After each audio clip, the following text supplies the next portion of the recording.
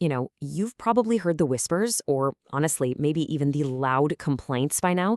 People are out there saying Etsy is completely oversaturated, that it's been totally ruined by AI-generated products, or that the fees have just gotten, well, entirely out of control. It's enough to make anybody wonder if the golden age of selling crafts, or, that macrame shop you meant to start back in 2020, is officially over. But is Etsy actually dead, or are people just trying to play the game with outdated rules? Today, we're going to look past the rumors, dig into the real numbers, and uncover the truth. Welcome to today's Explainer. I am so excited you're here with us. We're going to look at the actual data to navigate the modern Etsy landscape. We're exploring what's really happening on the platform right now, the genuine pros and cons pulled from current seller data, and ultimately whether you should be building your business on their marketplace or starting your very own independent empire. So let's get right into the facts. Okay, hit the brakes on the whole Etsy is dead narrative for just a second, because this statistic is absolutely staggering. Right now, Etsy boasts over 86 million active buyers. Yeah, you heard that right. 86 million people are actively pulling out their credit cards on this platform. Add to that the fact that they recently generated a massive $3.29 billion in gross merchandise sales in just a single quarter. For anyone worried about the headache of bringing in your own traffic from scratch, well, this instantly validates that Etsy is still an absolute e-commerce juggernaut. The audience is already there, they're waiting, and they are absolutely still buying. So, here's our roadmap for this explainer. We're going to cover the state of Etsy in 2026, the bright side of selling, a reality check on the roadblocks, secrets to success, explore some alternatives, and wrap it all up with the final verdict.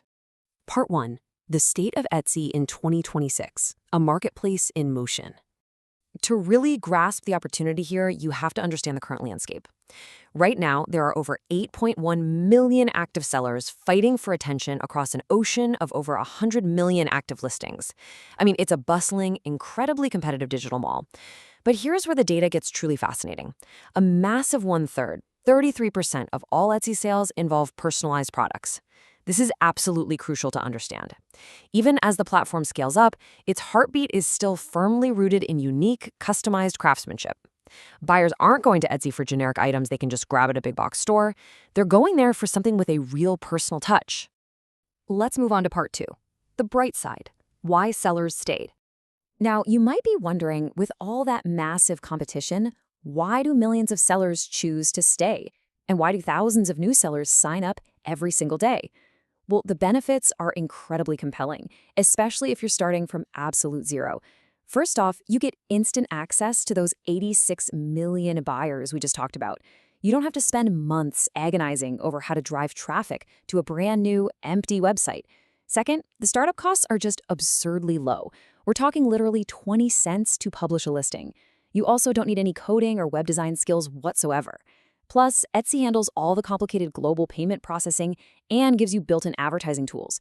It just completely removes the friction of starting an online business, letting you focus entirely on creating.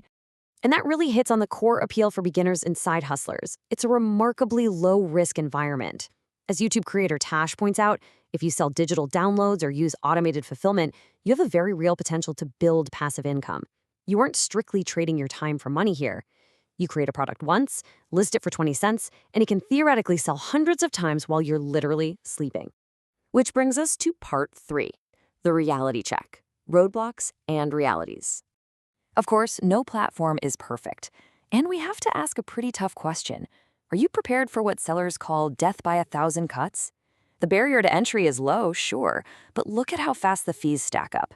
You've got the 20-cent listing fee that renews every 4 months, then a 6.5% transaction fee on the total order, and yes, that includes shipping. Then a payment processing fee of about 3% plus 25 cents. And the real kicker, if your shop makes over $10,000 a year, you are automatically forced into off-site ads, meaning Etsy takes an additional 12 to 15% on sales generated from those ads.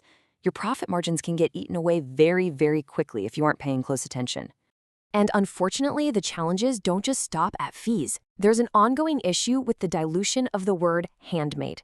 Because it is so cheap and easy to start a shop, genuine artisans frequently find themselves battling against cheap, mass-market goods and unauthorized resellers who are masking their products as handmade.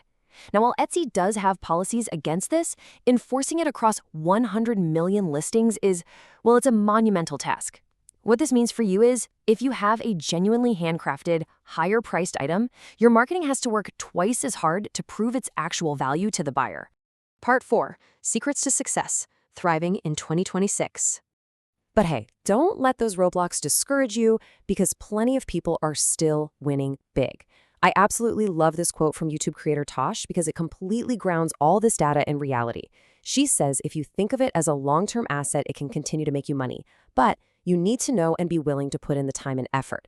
Listen, Etsy is no longer a get-rich-quick scheme. It is a marathon. You have to learn search engine optimization. You have to take incredible photos. You have to craft compelling listings.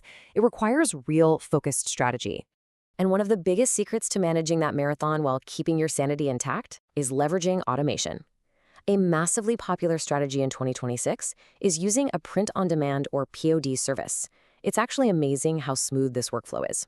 Basically, you create a new design and list it. A customer buys it, then a POD partner like Printful or Inksjoy automatically prints, packages, and ships the item directly to the customer.